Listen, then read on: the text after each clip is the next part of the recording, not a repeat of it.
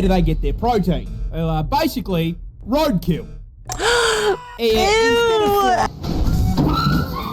That's mean. That's a mean prank. They dive inside of through the fucking I don't want to know. I don't want to know. I don't want to. eye sockets. Australia doesn't have the Easter Bunny. We have this thing. Who's that? This thing. You see, after the first Easter Bunny was clapped by a snake 5 minutes into his down under egg run, That's the cutest fucking thing I've ever seen in my life. The clip. his replacement took one look at Australia, said, and I quote, "Fuck that," which is why we have the Easter Bilby. Bilby. Little kangaroo rat is a real animal, and he is way better suited to the job Why did they draw that? Why did they give him a bulge? He's just got eggs packed in there, guys. than that gas rabbit. No. So, Bilbies are marsupials, which means they've got a pouch for carrying around their kids like a kangaroo. But the mobile daycare also gives them extra inventory slots for Easter eggs. Compared my to the God. rabbit, who I can only assume is hiding the eggs up his fucking ass. They can also deliver your chocolate across the Australian desert without dying in the heat.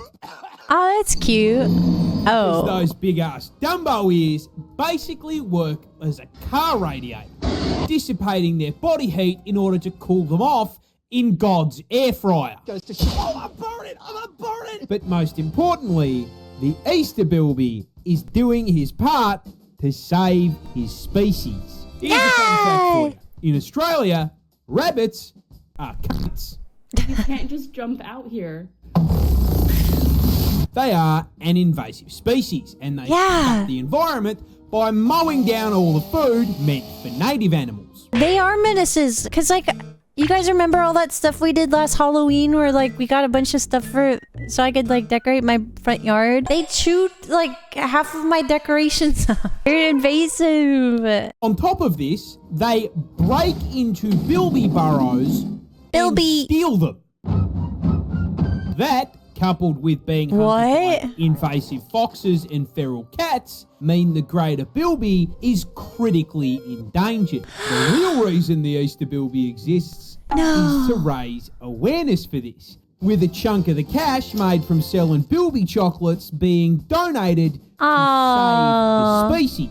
Unlike that bunny who charges me $15 fucking for a rabbit and tells me to fuck myself. Oh my God. It's true. I am never gonna financially recover from this. So, in conclusion, fuck that greedy colonising rabbit, the Bilby clears. You guys know fireflies are, like, going extinct? You notice you, like, don't really see fireflies as much anymore? This isn't a snake, it's a bug. What? This is the very creative snake-headed caterpillar, found wriggling around in South America, and the reason they're dressed up like the average Australian resident is to scare people. Kill it! See, Kill it! caterpillars exist for exactly one reason: to spin up a cocoon and Pokemon evolve into a moth or butterfly. Yeah, what does it evolve into? A full-on snake? Ew! I hate that. In order to achieve this, they need to be not fucking dead, which is a little difficult when everything under the sun is trying to eat them. Mission failed. Birds, wasps, spiders, frogs, you name it, they all look at a caterpillar as the world's freest meal. I mean, it's basically a sentient, slow-moving hot dog with zero escape strategy. So, That's how true. does the very hungry caterpillar avoid the very hungry everything else? Well, Not some that machines meme. camouflage, others become more toxic than Yeah. the snakehead chose cosplay. Well, if you want to get technical, the scientific term is mimicry. As we've established, Mimic. caterpillars He's a mimic. are weak, light work for their predators. You know what isn't light work? A fucking snake. Which is why when threatened, these little guys will force air and blood into their head, causing it to inflate. They then shake that shit in the air, perfectly mimicking a venomous snake. Whatever was about to eat them sees their bumblebee? free meal turn into fucking rattlesnake Jake, becomes scared, and runs the fuck away. Why are you running? Why You are know, you running? bumblebee. Now that I'm thinking about it, its entire defense is just becoming a scary, wacky, waving tube, man.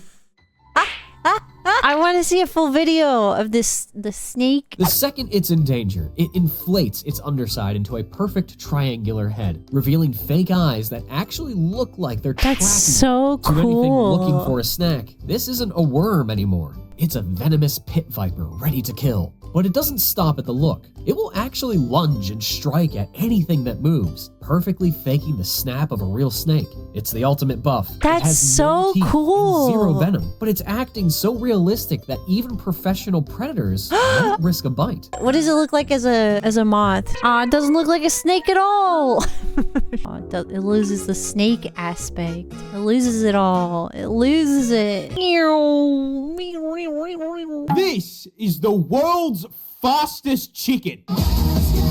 Gas, This gonna step is on the the- gas. Tasmanian native hen.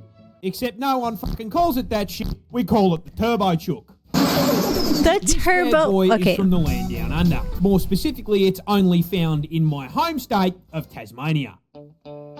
As you may have guessed by that nickname, Lightning McChicken here is built for exactly one purpose: speed. Speed. Lightning McChicken. But before I address it violating the speed limit, I've got to address the fact that it's a fucking fraud. So despite that name, it is not remotely related to a chicken. It's actually from a family of waterfowl called rails. It's around 50 centimetres long, tips the scales at 1.5 kilos, and importantly, cannot fly for shit. In fact, it is completely flightless. And that is a little bit of an issue because this is Australia, where at any given point, this mobile KFC bucket is a rock's throw from a fucking snake. That's mean. That's a mean prank. However, Sonic the Henhog didn't trade in that pilot license for nothing. See, they still The have Henhog. wings. They just don't use them to fly. They use them as a spoiler, because when threatened, they don't fuck off into the clouds. Now, Hen Racer here just drops gear into first, punches the throttle, and fucking tears off at 52 kilometres an hour. Holy crap. I don't think you understand how fucking insane it is for something the size of a chihuahua to break the speed limit in a school zone. So let me make a comparison to Australia's other flightless bird, the one we lost to war to. Emus are 2 Emus. meters tall, and when they run, they cover 3 meters per step. That is a total of 6 whole native hens per single emu footstep. So you would assume the emu gaps the fucking hen, right? Wrong. Ken Verstappen and the war turkey are the same speed. How the Same speed as me. is the world's most disgusting bee? Brother, Yeah, that is a vulture bee, found on the Tyrannid hive continent of South America, and you are probably wondering, what makes it so disgusting? And that's pretty easy to answer.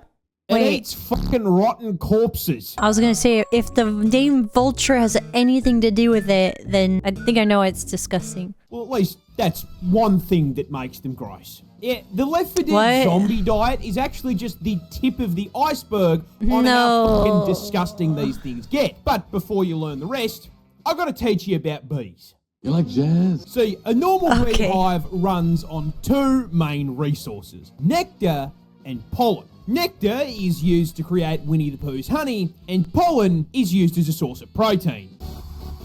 Protein. Is vulture bees can collect nectar, but they are physically incapable of picking up pollen. So where What? do they get their protein? Well, basically, roadkill.